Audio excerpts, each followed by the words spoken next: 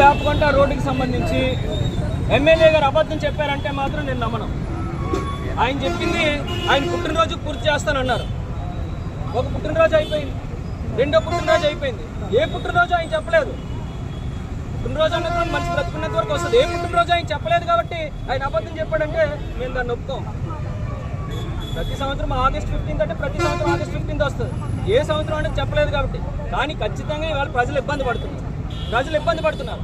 ఆ రోజు మేము చిత్తశుద్ధితో మా ప్రభుత్వం అధికారంలో ఉన్నప్పుడు మీరు ఇప్పుడు కూడా చూడండి, పెందుర్తి వేపకొండ 4 రోడ్ల కోటల దగ్గర శిలాఫలకం ఉంటుంది. 14 కోట్ల రూపాయలతో ఆ రోజు అమర్నాథ్ గారు నేను కూడా వెళ్ళి అక్కడ శంకుస్థాపన చేసి కల్వర్ట్స్ అన్ని కూడా పూర్తయ్యాయి. కల్వర్ట్స్ అన్ని కూడా వాళ్ళు మా టైంలో పూర్తి చేశాం.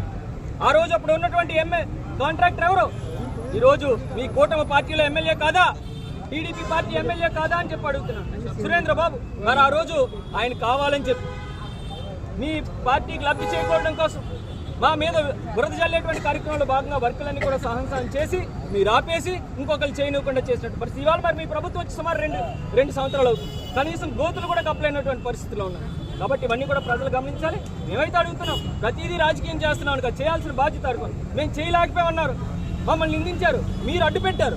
మీ పార్టీ కాంట్రాక్టర్ ద్వారా మీరు అడ్డు పెట్టారు. ఇవాళ మేము ఓడిపోయాము. అందుకే ప్రజలు మాకు సరే మీ మాటలే నమ్మారు, మా మాటలు నమ్మలేదు, మమ్మల్ని ఓడించారు. ఇవాళ మీరు అధికారంలో ఉన్నారు. ఇవాళ అన్ని పార్టీల ఎమ్మెల్యేలు మీ దగ్గరే ఉన్నారు, కూటమి ప్రభుత్వంలో ఉన్నారు. మీరు చేయండి. ఇవాళ కేంద్ర ప్రభుత్వం మీ చేతిలో ఉంది, రాష్ట్ర ప్రభుత్వం మీ చేతిలో ఉంది, చేయండి. ఎందుకు చేయలేకపోతున్నారని చెప్పి